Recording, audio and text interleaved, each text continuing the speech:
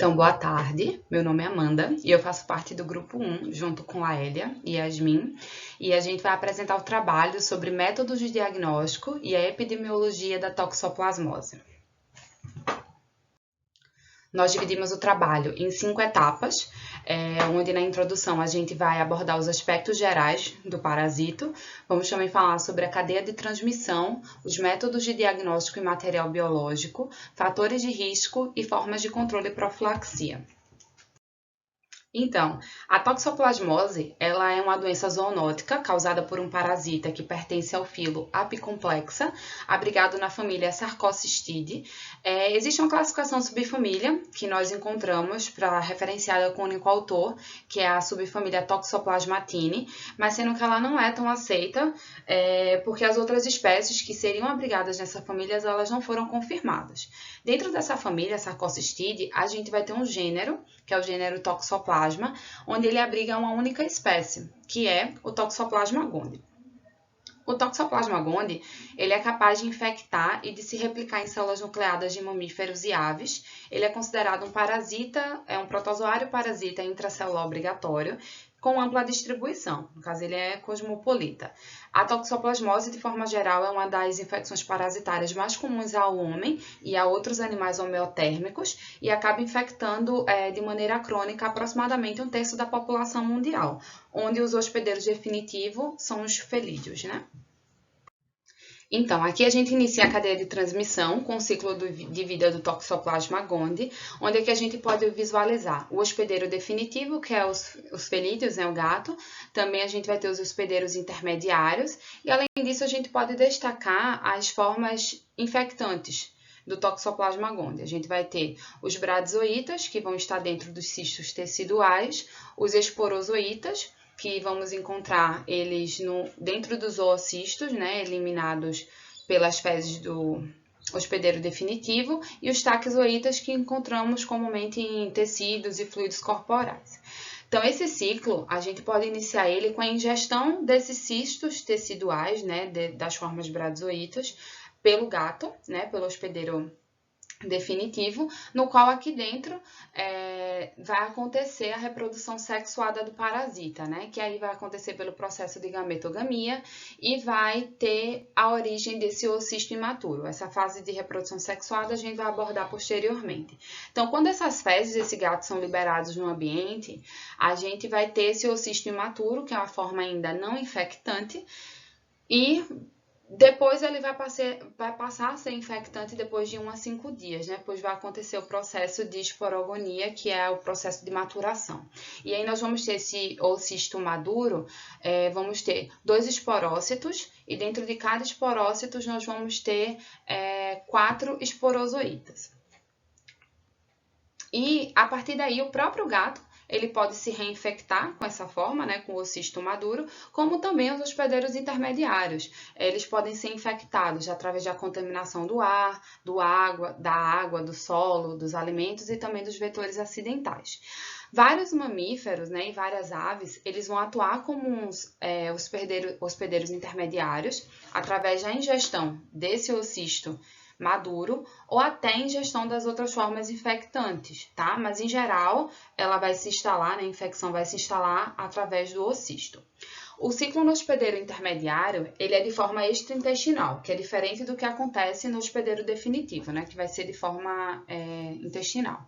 Então, quando o esporozoíta vai ser liberado no estômago, né, desses hospedeiros, ele vai acabar penetrando rapidamente na parede intestinal, vai se disseminar por via hematógena, e esse estágio invasivo e proliferativo é denominado taxoíta, o qual, ao penetrar na célula, ele vai se multiplicar de forma sexuada e no qual dois indivíduos vão ser formados no interior da célula-mãe.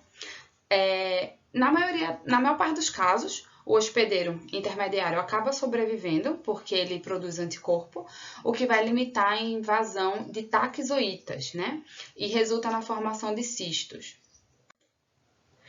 Que resulta, né, nessa formação dos cistos, que vai conter milhares de micro-organismos, os quais, devido à lentidão e do crescimento, eles são denominados bradizoítos, tá?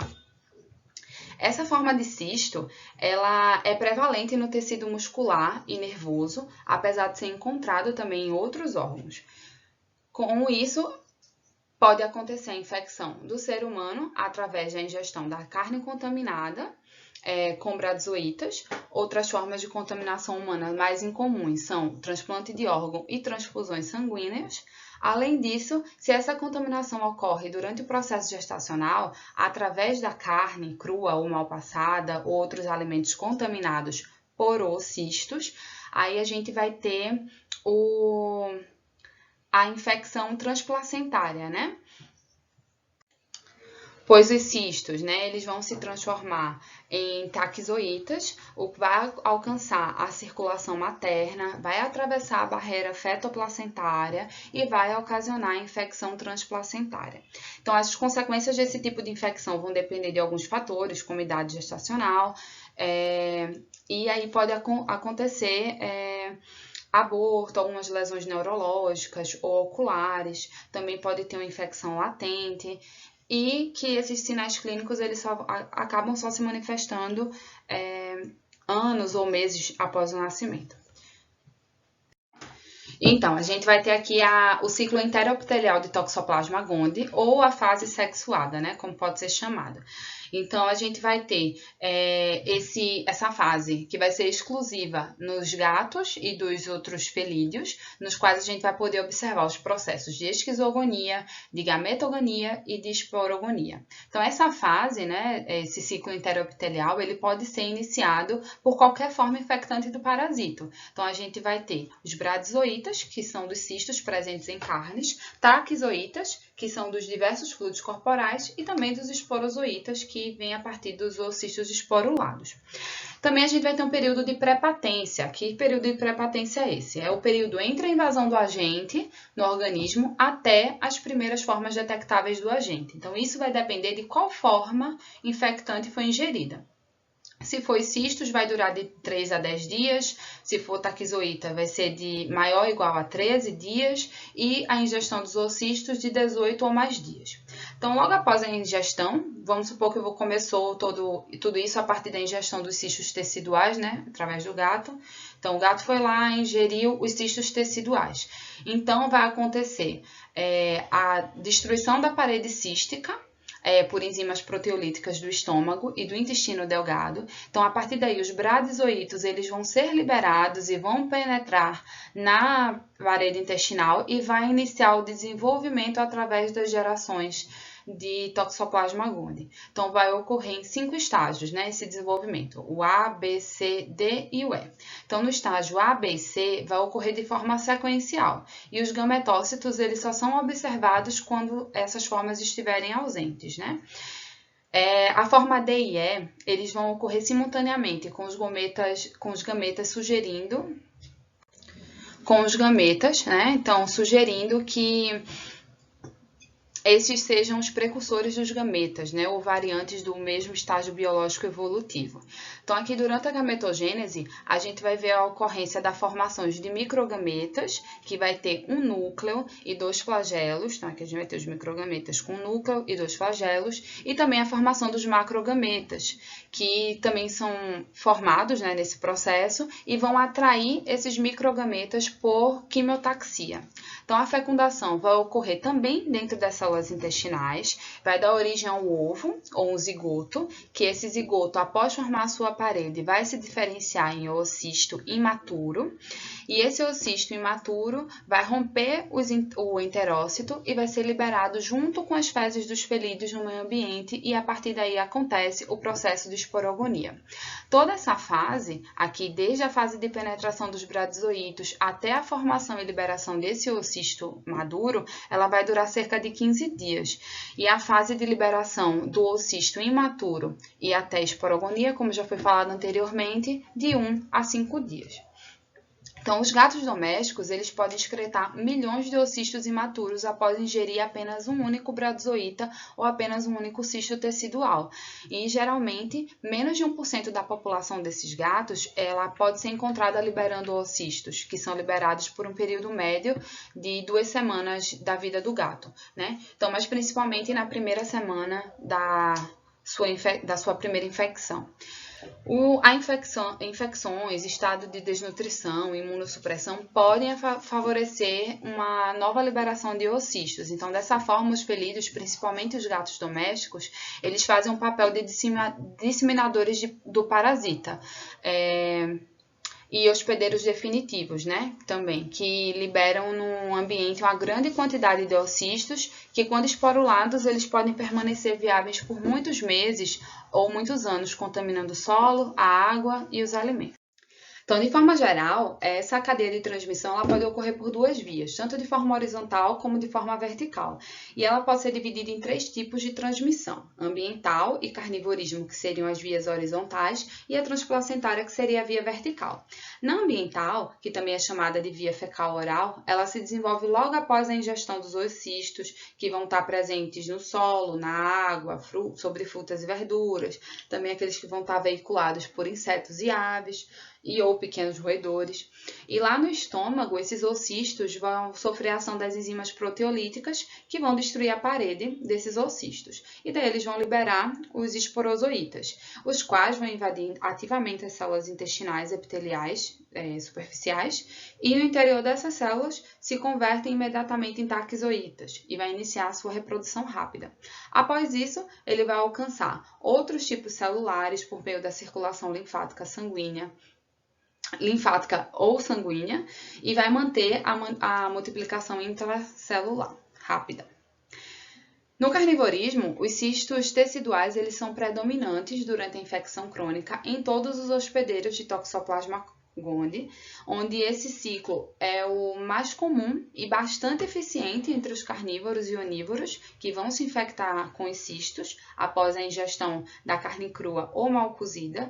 E da mesma maneira ocorre com os oocistos, né? O que ocorreu com os oocistos vai ocorrer aqui, que vai liberar os bradyzoítas, intaxoítas e daí vai acelerar a sua multiplicação. Pela via transplacentária, é resultante de uma infecção primária materna durante a gravidez ou parto, e a infecção pode ocorrer também pela ingestão dos oocistos ou dos cistos teciduais, e o desenvolvimento do ciclo intracelular dos parasitas que vai determinar a sua conversão em taquizoítas. E quando alcançam a circulação materna, esses taquizoítas eles atravessam a barreira feto-placentária e vão proliferar irrestritamente nos tecidos fetais imunologicamente imaturos. Então, por ter uma complexidade muito grande de espécies acometidas e ter um ciclo complexo, foram desenvolvidos inúmeros recursos laboratoriais para o diagnóstico da toxoplasmose. Então, a Organização Mundial de Saúde Animal, por exemplo, ela recomenda a interpretação de mais de um teste para confirmar o diagnóstico. A gente tem que lembrar que o período de incubação do Toxoplasma gondii é de 5 a 20 dias para felinos, e o estágio do taquizoíto ele vai ser responsável pelo dano do tecido e, portanto, os sinais clínicos dependem da quantidade de taquizoítos liberados e da capacidade do sistema imunológico do hospedeiro de limitar a sua disseminação e dos órgãos que danificam, né, também. Em alguns animais, principalmente os animais imunocomprometidos, a toxoplasmose ela causa doença aguda grave, e em outros, principalmente as ovelhas e as cabras, pode se manifestar com aborto, mumificação fetal. Também a gente vai ter a infecção em porcos, que geralmente é leve e despercebida, mas pode causar perdas fetais graves em porcas prenhas. Então, a gente vai ter 2 métodos de diagnóstico. A gente vai ter o diagnóstico direto e o diagnóstico indireto, onde o diagnóstico direto ele vai buscar identificar a presença em plasma ou nos líquidos biológicos, como líquido amniótico, humor aquoso, líquido cefalorraquidiano, entre outros, do próprio agente etiológico ou de componentes da estrutura do parasita. Então, a gente pode achar proteínas ou também ácido nucleico. E no método indireto, a gente vai fazer a detecção do anticorpo, né? Que é a forma mais amplamente difundida de diagnóstico e é mais empregada também na prática clínica. Nesses 2 métodos, a gente vai dividir em fase crônica e fase aguda, onde a gente vai ter as fases crônicas, quando vai ter a presença dos bradyzoítos, e a fase aguda da doença, quando a gente vai ter os taquizoítos. Então, em relação aos métodos de diagnóstico direto, a gente vai ter os testes em vivo, que a gente encontrou como método direto, que são baseados na associação entre dados históricos dos dados do histórico do animal, sintomas clínicos e também a junção com os testes sorológicos, que são os testes indiretos, e estão aliados a uma resposta favorável à terapia intensiva. Temos também o diagnóstico pós-mortem, que ocorre a partir da identificação dos taquizoítos responsáveis por lesões nos tecidos analisados, principalmente em animais de produção, e esse método é utilizado geralmente em animais de produção ou em investigação por necrópsia de animais de companhia, mas sendo que isso daí é mais raro. E essa técnica pode ser utilizada junto com o PCR e com a histopatologia. Em relação à flutuação fecal, ela também pode ser realizada na fase de reprodução sexuada dos felídeos, mas a quantidade e o número de vezes que os gatos eliminam naturalmente os oocistos da natureza é um tempo muito curto. Então, acredita-se que seja principalmente na primeira infecção que isso acontece. Então, acontece durante 3 semanas. Além disso, um número baixo de animais que eliminam oocistos são encontrados em um número muito baixo. É encontrado em investigação parasitológica, corresponde a menos de 1%, e a detecção do oocistos nas fezes apresenta vários problemas técnicos, incluindo baixa sensibilidade dos testes imunológicos e também semelhança morfológica com outros oocistos de coccídeos. Temos também o PCR e diagnósticos moleculares que apresentam reatividade cruzada, com outros protozoários, além de ter um elevado custo. E existe a dificuldade de que em animais doentes de qualquer espécie, taquizoítos e bradizoítos eles podem ser detectados no muacoso, no líquido cefalorraquidiano, no fluido de lavagem broconveolar ou amostras de necrópsia de outros tecidos, mas entretanto, os parasitas eles também podem estar dispersos e difíceis de serem encontrados antes da morte. Temos também a citologia, que é onde os taquizoítos eles podem ser detectados em vários tecidos e fluidos durante a doença aguda. Eles são comumente encontrados em fluidos peritoneais e torácicos de animais que desenvolvem efusões torácicas e assiste, que são os casos graves. Por outro lado, são raramente encontrados no sangue, no fluido cerebroespinhal ou aspirados por agulha fina e lavagem dos transtraqueal e broncoalveolar. Por último, nós temos o isolamento, que é realizado a partir do cultivo celular ou inoculação em camundongos, a partir de amostras de fluidos corporais, cérebro, tecido de animais infectados. É pouco realizado pelo custo e também pela dificuldade da técnica. Aqui nós temos os testes indiretos, que é a forma mais amplamente difundida de diagnóstico empregada na prática clínica, que é a pesquisa de anticorpos. Então, a gente vai ter os títulos de IgM ou títulos decrescentes de IgG, que vão poder ajudar a distinguir infecções recentes e antigas, que são sugestivas de toxoplasmose, se os sinais clínicos são consistentes. A interpretação dos testes ela pode ser um pouco complicada pela persistência ocasional do IgM, toxoplasma específica por meses ou anos, como, por exemplo, em alguns gatos saudáveis. Em gatos imunossuprimidos, os títulos de IgG eles geralmente não aumentam quando a doença resulta da reativação dos tissues teciduais. Altos títulos de IgG também são isolados podem ser vistos em gatos saudáveis e assintomáticos.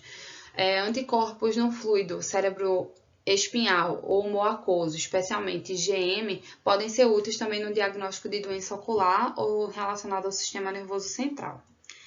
Então, esses testes indiretos, eles são feitos na rotina, pois o parasitológico só há a demonstração do parasito na fase aguda. Então, eles podem ser utilizadas várias técnicas, como objetivo de detectar anticorpos específicos e também utilizar 2 técnicas, um método direto e um método indireto, para poder fazer a detecção da doença.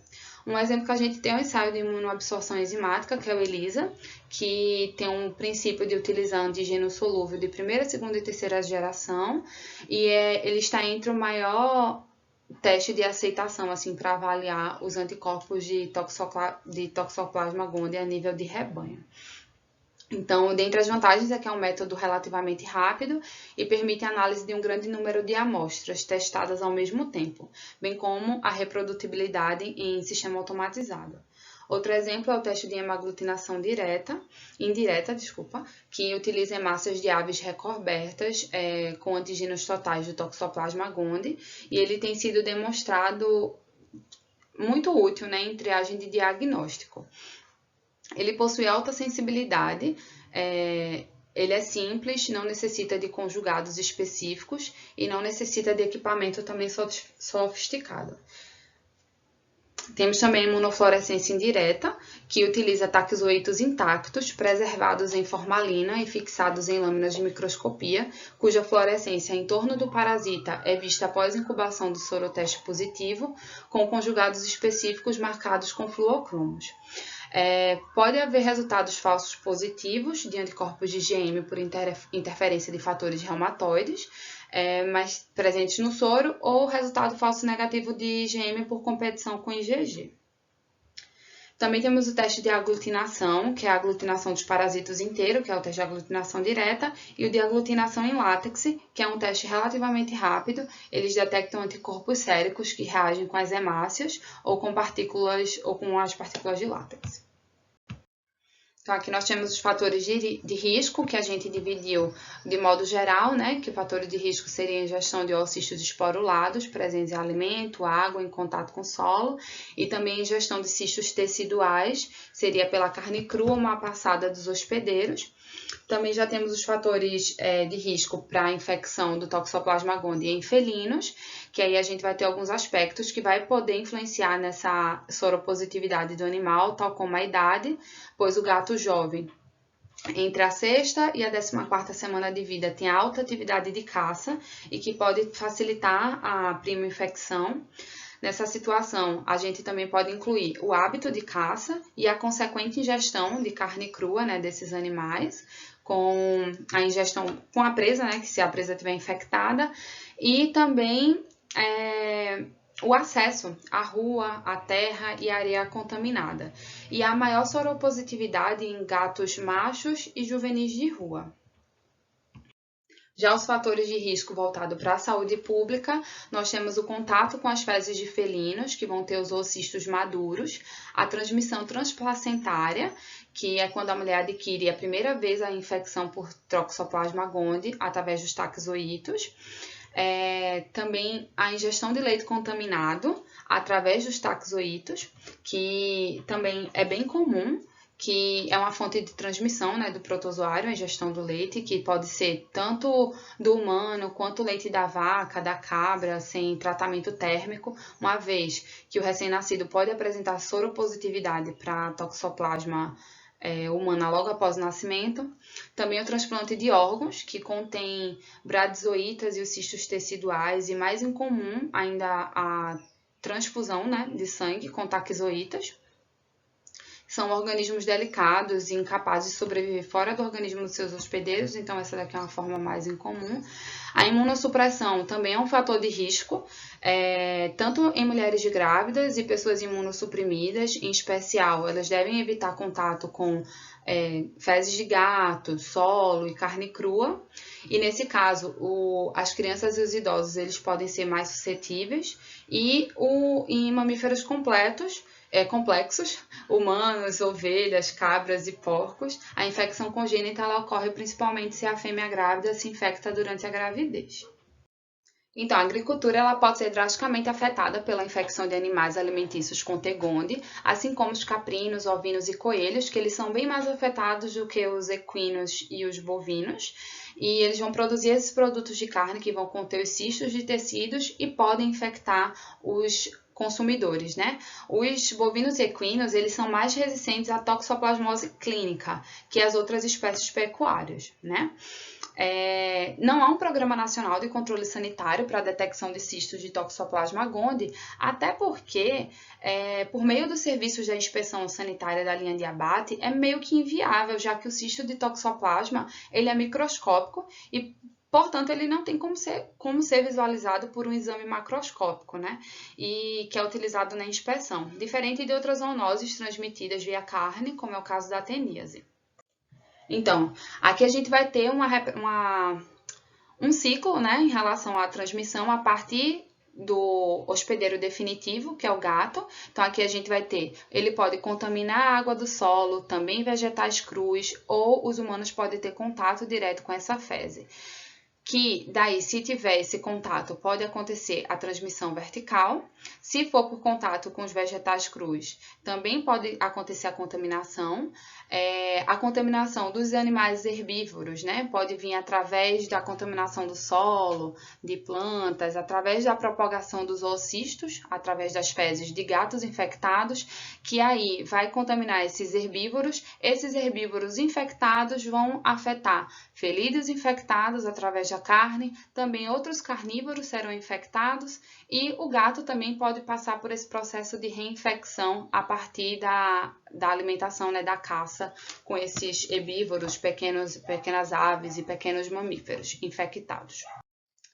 Então, hábitos culturais e de higiene, incluindo, né, a higienização dos alimentos, podem apresentar um papel importante na transmissão. Lavar as mãos com água e sabão após a manipulação de carne, todas as tábuas de corte, pias, facas e outros materiais que entrarem em contato com a carne também não cozida devem ser lavados. Evitar o consumo de carne cruas ou mal cozidas, a ingestão de leite não pasteurizado, de vegetais mal higienizados. Congelamento da carne a uma temperatura interna de menos 12 graus por 24 horas também é eficaz para matar os cistos teciduais. Também a gente deve evitar o contato direto com as fezes de gato, limpar a caixa de areia diariamente, além de realizar o acompanhamento do médico veterinário, onde vai ser orientada a castração, a vermifugação de gatos domésticos, além de evitar o excesso de gatos em comedores e bebedores de animais de produção nas propriedades rurais. Também realizar o exame de toxoplasmose durante o acompanhamento médico pré-natal, no caso das grávidas. E é isso, muito obrigada. Só para lembrar que a culpa não é do gato.